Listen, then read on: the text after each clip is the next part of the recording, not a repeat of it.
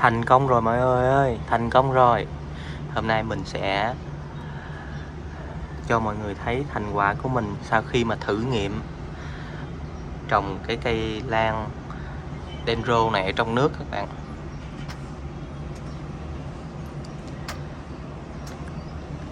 Đây, các bạn thấy nè, cái cây của mình.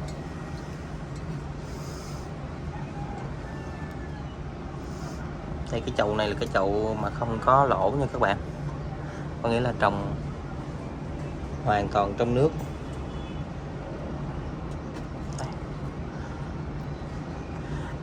Cây nó vẫn phát triển, nó vẫn ra hoa bình thường. Đây các bạn xem này, nước không à. Thì bình thường á là trồng lan á, mình rất là hay kỵ về nước,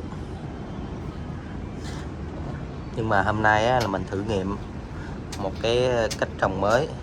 Thì các bạn thấy này, những cái rễ của nó nè, nó vẫn ra và phát triển bình thường trên cái nền gọi là giá thể bình thường thôi, là gồm than củi rồi những cái hạt đất nung.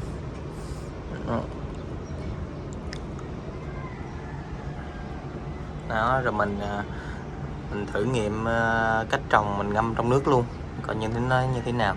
Đó, mà cây coi nó vẫn phát triển tốt. Đó, hoa rất là đẹp luôn. Đây là cái vườn lan trên cái ban công chung cư nhà mình nha.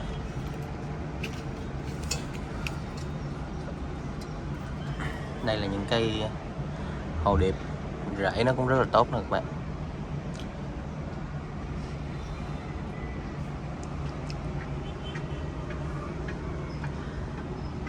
Thì cái phương pháp mà trồng nước này á, thì mình thấy có nhiều anh chị đã làm với lại lan hồ điệp rồi. Tuy nhiên là cái lan dendro này á thì mình chưa thấy, và bây giờ là mình thử nghiệm nó đã thành công. Có nghĩa là như thế này là các bạn, không có cái gì gọi là tuyệt đối.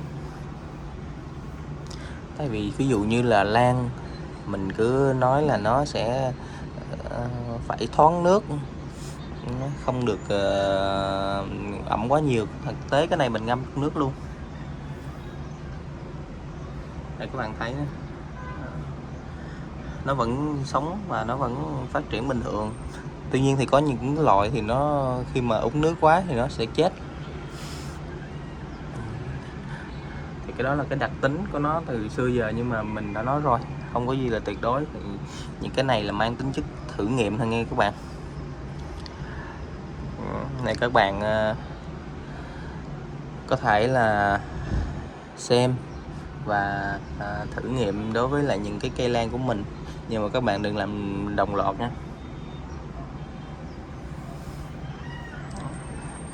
Hiện tại thì mình đang trồng ở cái ban công chung cư của mình nè, rất là nhiều. Cây nào cây nấy thì phát triển rễ cũng rất là tốt.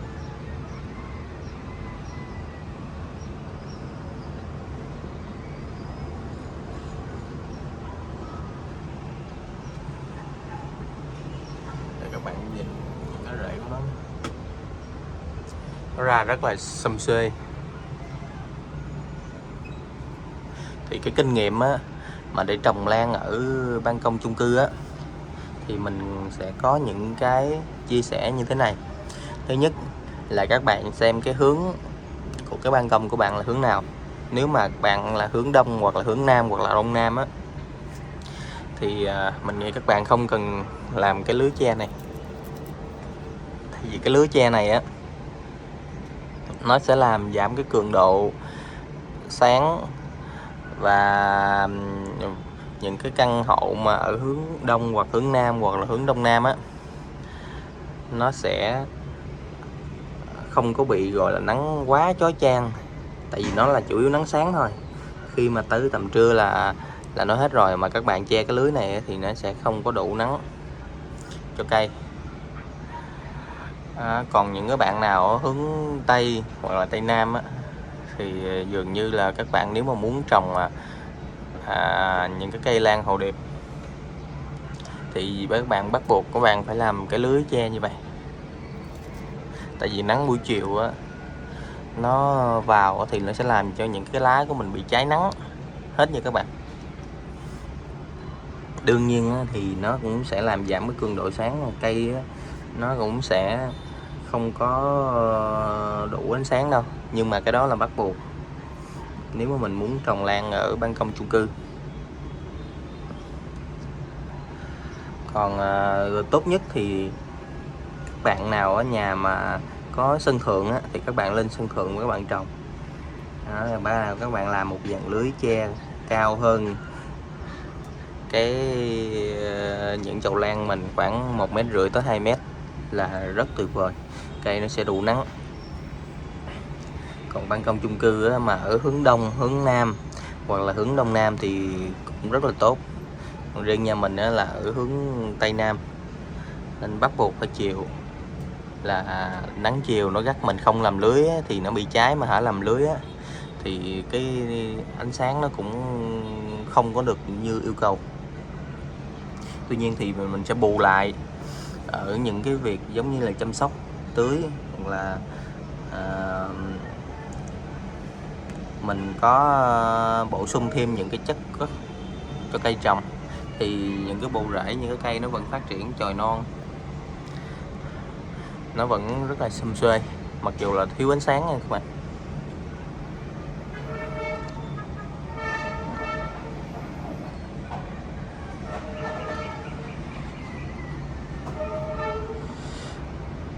Một cái điều lưu ý quan trọng nữa đó là cái việc mà các bạn tưới á bạn. Thì theo mình thấy á, cái này nó không có công thức nào cụ thể á bạn. Mình phải quan sát vào chính những cái cây lan của mình để mình coi nó như thế nào. Giống như ở ban công chung cư nhà mình thì nó rất là nóng và gió nhiều. Các bạn tưới qua một chút xíu thì cây dường như là nó sẽ bị khô đi. Đó, để các bạn thấy nè, cái cây này mình ngâm trong nước luôn nè. Đó, nó vẫn phát triển. Còn những cái cây này thì tưới qua một lần thì nó sẽ không có đủ nước nha. Đó, nên cái quan trọng nhất là tùy vào cái vườn của các bạn như thế nào mà có cái chế độ tưới phù hợp. Đối với mình trên ban công chung cư của mình thì mình tưới 2 lần nha. Cứ buổi sáng 6 giờ 7 giờ, buổi chiều thì khoảng 3 giờ mình tưới, cây nó mới đủ được cái lượng nước rồi nó mới phát triển tốt được, chứ không có công thức. Mà nhiều khi mình thấy các bạn chia sẻ là một tuần tưới 1 lần, một tuần tưới 2 lần. Bây giờ một ngày mình tưới 2 lần mà mình thấy nhiều khi giá thể nó còn khô. Thì cái đó là tùy vào mỗi vùng miền, mỗi cái điều kiện của cái vườn lan nó như thế nào. Nếu mà cái vườn các bạn nó có độ ẩm nhiều, nó khi mà các bạn tưới qua lượng nước nó giữ lại được nhiều thì mình sẽ tưới ít lại. Còn riêng với những cái vườn mà nóng rồi gió nhiều, nước bốc hơi nhanh thì các bạn bắt buộc các bạn phải bổ sung thôi. Đó là một số cái kinh nghiệm của mình về việc trồng lan, đặc biệt là việc trồng lan ở ban công chung cư. Nếu mà bạn nào có ý định trồng lan ở ban công chung cư, hoặc là đã trồng lan nhiều lần rồi nhưng mà thất bại, thì các bạn có thể là comment và đăng ký kênh để mà mình có thời gian mình sẽ chia sẻ những cái cách mà mình trồng lan ở ban công chung cư để mà mọi người có thể thư giãn sau một ngày làm việc vất vả. Rồi xin chào và hẹn gặp lại các bạn ở những cái video tiếp theo.